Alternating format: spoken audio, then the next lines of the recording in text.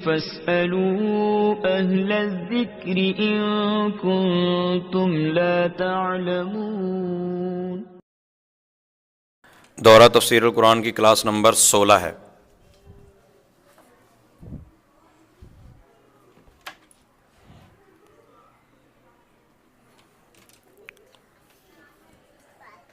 اب انشاءاللہ عز و جل چونکہ باقی کلاس رک جائے گی تو اس کلاس مدنی قاعدہ کورس کی جگہ یہ کلاس چلے گی، تو انشاءاللہ اس کو ذرا تیزی سے لے کے چلیں گے۔ تو دورہ تفسیر القرآن کی آج کلاس نمبر ہے 16 اور موضوع ہے علم غیب۔ بڑی توجہ کے ساتھ سب سے پہلے یہ دیکھنا ہے کہ ہمارا عقیدہ کیا ہے علم غیب کے بارے میں۔ میرا عقیدہ کیا ہے وہ آپ مجھ سے پوچھیں گے۔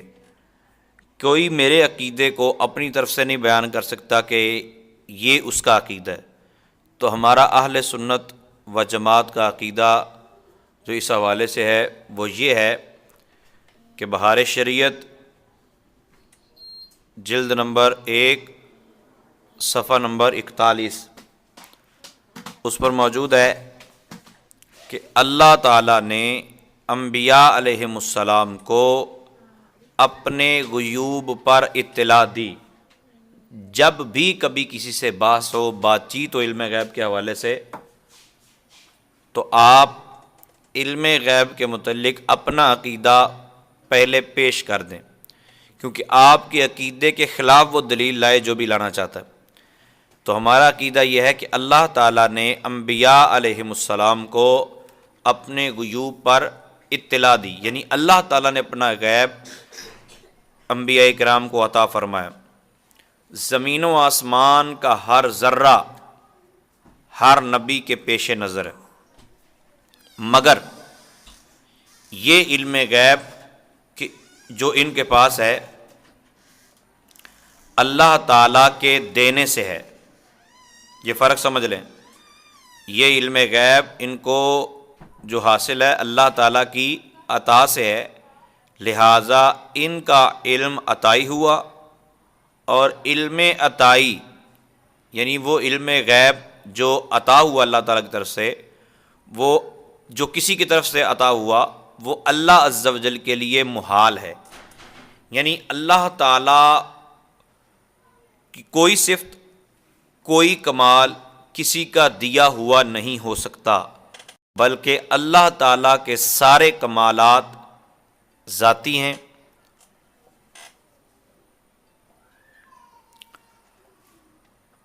جو لوگ انبیاء بلکہ سید الانبیاء صلی اللہ تعالیٰ علیہ وآلہ وسلم سے مطلق علم غیب کی نفی کرتے ہیں، مطلق علم غیب یعنی ہے ہی نہیں، اللہ نے دیا ہی نہیں، وہ قرآن عظیم کی اس آیت کے مصداق ہیں۔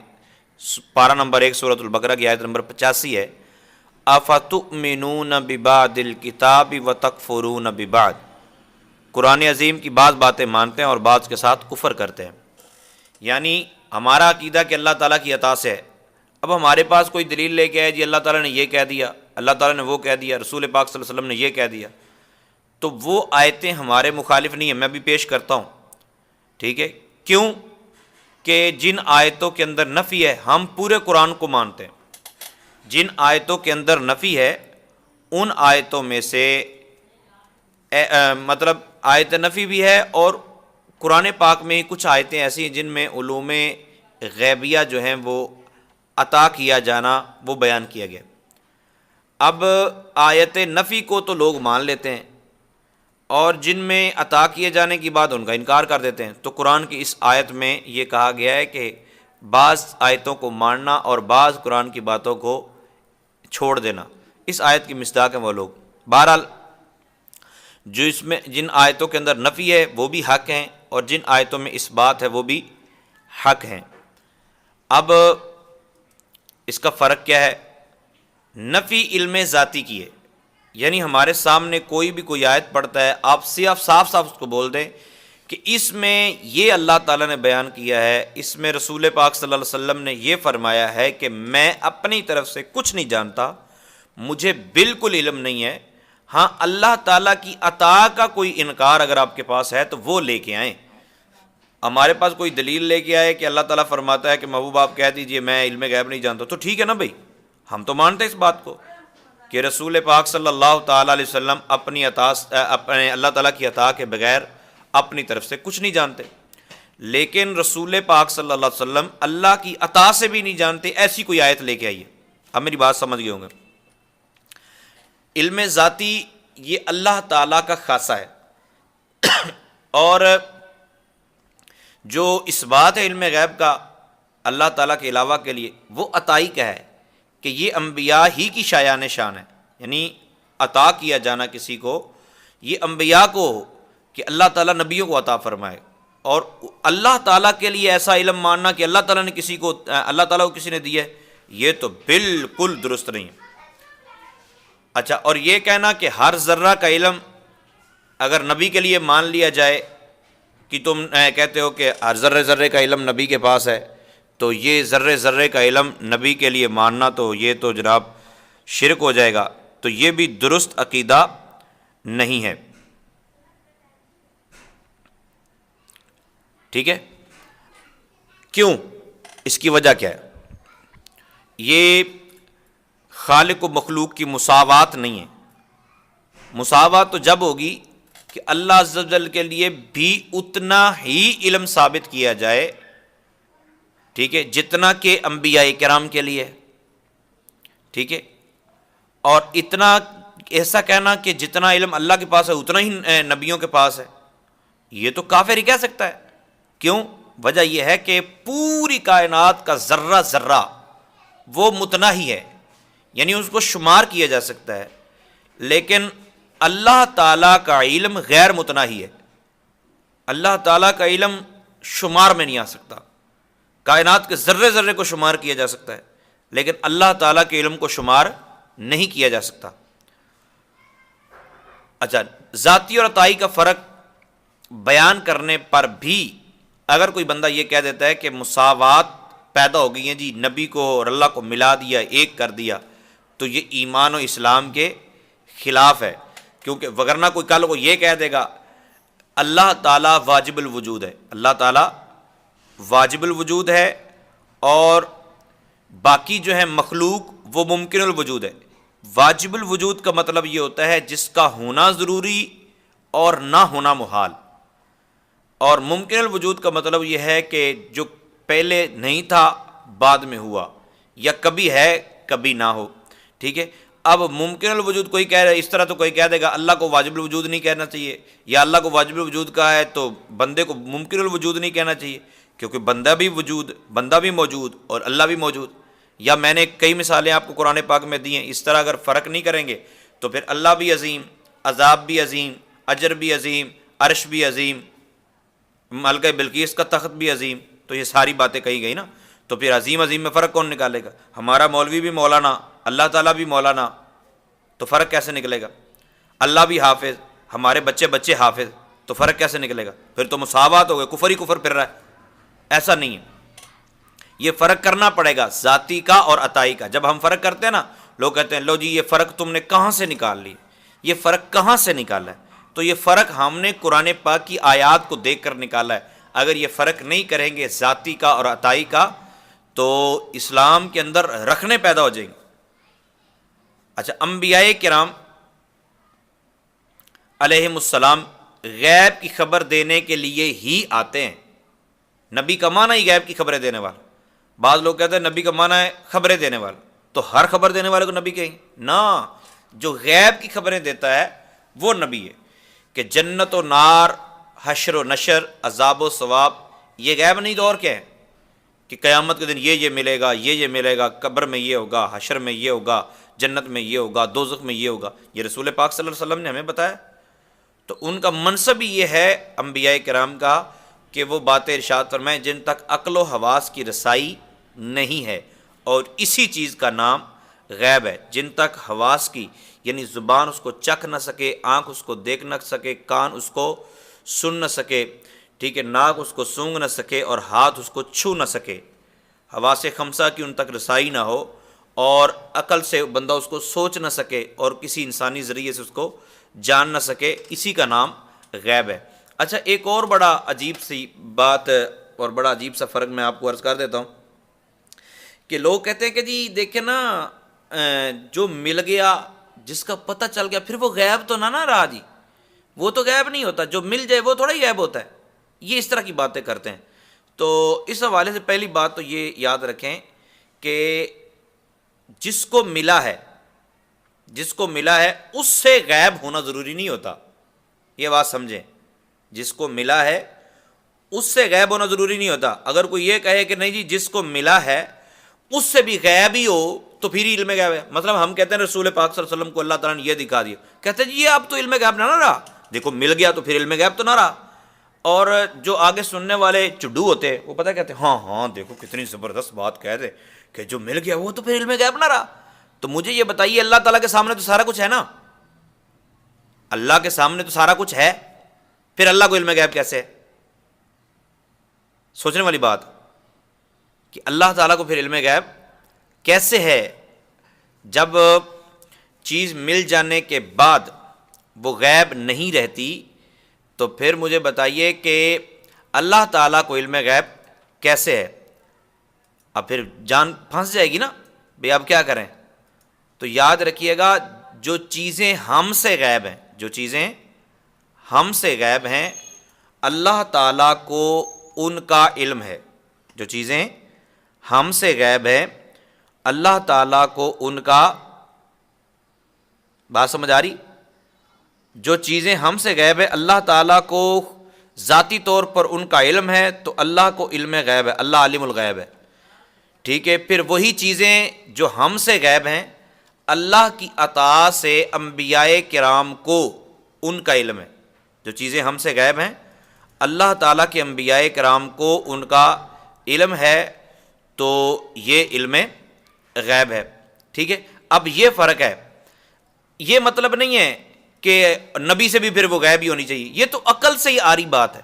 اور یاد رکھیے عطا کیے جانے کے بعد بھی وہ چیزیں غیب کی غیب ہی رہتی ہیں، علم غیب ہی رہتا ہے۔ اب سورہ آل عمران پارہ نمبر 3 آیت نمبر 44 دیکھ لیجئے۔ غیب کی باتیں بتانے کے بعد اللہ تعالیٰ فرماتا ہے، پہلے غیب کی باتیں بتائی ہیں، پھر اللہ تعالیٰ نے فرمایا ذالک من انباء الغیب نوحیہ الیک، محبوب یہ غیب کی خبریں ہیں جو ہم خفیہ طور پر آپ کو بتا رہے ہیں۔ تو عطا کرنے کے بعد بھی اللہ ان کو غیب ہی کہہ رہا ہے۔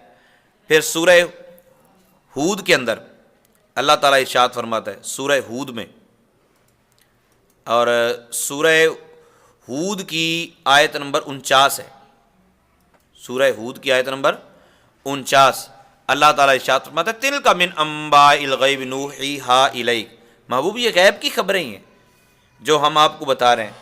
ما کنت تعلمھا انت ولا قومک من قبل ھذا، محبوب اس سے پہلے کوئی نہیں جانتا تھا، ٹھیک ہے، آپ کو بھی نہیں پتا تھا، ہم نے آپ کو غیب عطا فرمایا، ہم نے آپ کو غیب کی خبریں بتائی، ٹھیک ہے۔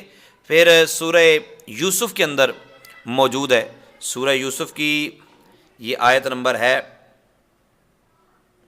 102، اللہ تعالیٰ ارشاد فرماتا ہے ذالک من انباء الغیب نوحیہ الیک، یہ غیب کی خبریں ہیں جو ہم آپ کی طرف پہنچا رہے ہیں۔ تو اللہ تعالیٰ غیب کی خبریں دینے کے بعد بھی ان کو غیب ہی کہہ رہا ہے۔ تو یا تو ان جاہلوں کو سمجھ نہیں آ رہی ہوتی کہ ہم کیا کہہ رہے ہیں، ٹھیک ہے، کہ دیکھو جی وہ تو مل گئی تو پھر وہ غیب کیسے رہی؟ تو مطلب یہ ہے کہ جو سامنے آ گئی وہ غیب نہیں ہے، تو اللہ کے سامنے سب کچھ ہے، پھر اللہ کو علم غیب کیسے ہے؟ جواب دو اس بات کا۔ تو لاجک میں نے آپ کو عرض کی، جو ہم سے غیب ہے اللہ اس کو خود بخود جانتا ہے، تو اللہ عالم الغیب ہے۔ پھر جو چیزیں اللہ تعالیٰ نے محبوب کو عطا فرمائی ہیں اللہ محبوب کو ان کا علم ہے، تو محبوب کو علم ہے غیب۔ اصل توحید کیا ہے؟ اس نقطے کو آخر پہ سمجھیے۔ نقطہ یہ ہے کہ بعض احباب ہمارے یہ سمجھے کہ جتنے نبی کی تنقیص کرو گے، جتنی نبی کی شان میں کمی کرو گے، شاید اتنا ہی اللہ کی توحید بڑھے گی، جبکہ حقیقت یہ ہے کہ جتنی محبوب کی تعریف کرو گے، جتنی بھی محبوب کی تعریف کرو گے، اتنا ہی اللہ تعالیٰ کا مقام و مرتبہ بڑھ جائے گا، کیونکہ ہم محبوب کی تعریف کرتے رہتے اور آخر میں پھر اتنا ہی کہہ دینا کافی ہے کہ ایسے محبوب کا خالق، ایسے محبوب کا مالک، ایسے محبوب کو عطا کرنے والا کون ہے؟ وہ ہمارا رب ہے، وہ اللہ ہے۔ اب اعلیٰ حضرت فاضل بریلوی رحمۃ اللہ تعالی علیہ کا عقیدہ سن لیجئے۔ عقیدہ جلد نمبر 15 صفحہ نمبر 74 فتاوی رضویہ شریف میں موجود ہے۔ اب اس بات کو آپ اگر یاد رکھ جائیں نا تو کمال ہو جائے گی۔ اللہ عز و جل نے روز ازل سے روز آخر تک، روز ازل سے روز آخر تک جو کچھ ہوا ہے اور جو کچھ ہے اور جو کچھ ہونے والا ہے، ایک ایک ذرے کا تفصیلی علم اپنے حبیب اکرم صلی اللہ تعالی علیہ وسلم کو عطا فرمایا۔ 1000 تاریکیوں میں جو ذرہ یا ریگ کا دانہ پڑا ہے، حضور صلی اللہ تعالی علیہ وسلم کا علم اس کو شامل ہے، اور فقط علم ہی نہیں بلکہ تمام دنیا بھر اور جو کچھ اس میں قیامت تک ہونے والا ہے سب کو ایسے دیکھ رہے ہیں سرکار دو عالم صلی اللہ علیہ وسلم، جیسے اپنی اس ہتھیلی کو، اپنی ہتھیلی کو جیسے دیکھتے ایسے ہی دیکھ رہے ہیں۔ آسمانوں اور زمینوں میں کوئی ذرہ رسول پاک صلی اللہ علیہ وسلم کی نگاہ سے مخفی نہیں، بلکہ یہ جو کچھ مذکور ہے ان کے علم کے سمندروں میں سے ایک چھوٹی سی نہر ہے۔ یعنی یہ سارے علوم بھی اگر اکٹھے کیے جائیں تو نبی پاک صلی اللہ علیہ وسلم کے علم کے سمندروں میں سے ایک چھوٹی سی نہر ہے۔ اپنی تمام امت کو اس سے زیادہ پہچانتے ہیں جیسا آدمی اپنے پاس بیٹھنے والے کو پہچانتا ہے، اور فقط پہچانتا ہی نہیں بلکہ ان کے ایک ایک عمل، ایک ایک حرکت کو دیکھ رہے ہیں۔ دلوں میں جو خطرہ گزرتا ہے، جو ہم سوچتے ہیں، سرکار دو عالم صلی اللہ تعالی علیہ وسلم اس سے آگاہ ہے۔ یہاں تک علم بیان کیا ہم نے نبی پاک صلی اللہ علیہ وسلم کا۔ اب اس کے مقابلے میں اللہ تعالیٰ کی شان کیا ہے؟ اب یہ آپ نے سننا ہے کہ اللہ تعالیٰ کی شان کیا ہے۔ ان تمام علوم کو، ٹھیک ہے، رسول پاک صلی اللہ علیہ وسلم کے علم کو اور ان کے علم کے تمام سمندروں کو، بلکہ اس کے علاوہ جمیع علوم اولین و آخرین سارے اکٹھے کر لیے جائیں تو اللہ تعالیٰ کے علم کے سامنے وہ اتنی بھی نسبت نہیں رکھتے جو ایک ذرے کو قطرے، ایک ذرے کو سمندر کے یا کروڑوں سمندروں کے ایک قطرے کے برابر ہوتی۔ یعنی ایک ذرہ، ٹھیک ہے، ایک ذرہ، ٹھیک ہے نا، ایک ذرہ سامنے ہو، ایک قطرہ ہو تو کروڑوں سمندر سامنے ہو تو ایک قطرے کو جو کروڑوں سمندروں کے ساتھ نسبت ہے، نبی پاک صلی اللہ تعالی علیہ وسلم کے اتنے سارے علوم کو اللہ تعالیٰ کے علم سے اتنی بھی نسبت ہم نہیں مانتے۔ اب دیکھو یہ ہے اصل توحید۔ ہمارے ہاں یہ سمجھتے ہیں کہ 5 چیزوں کا علم نبی کو نہیں ہے، اللہ کو ہے، بس یہی توحید ہے۔ یہ کام نبی نہیں کر سکتے، یہ اللہ کر سکتا ہے، تو یہی توحید ہے۔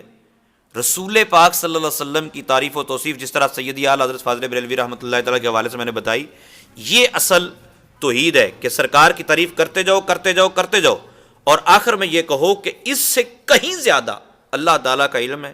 یہ ہے اصل توحید۔ اللہ سمجھ کی توفیق عطا فرمائے۔